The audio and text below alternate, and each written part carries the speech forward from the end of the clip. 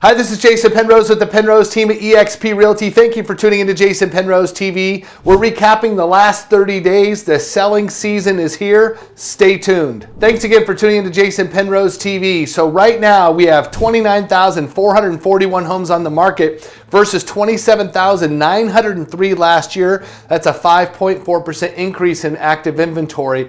Homes pending, 9,384 now versus 8,459 last year. A 10.9% increase in homes pending. Homes sold, 6,305 this year versus 6,197 last year, a 1.7% increase in homes sold.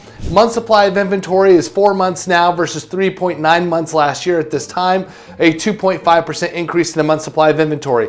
So we have slightly more homes for sale. We have a lot more homes pending, almost like roughly 1 out of 10 more this year versus last year. Sales are slightly up. Month supply of inventory is slightly up as well.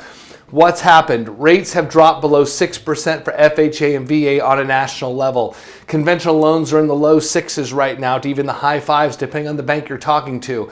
So buyers are coming in. We are in our spring selling season.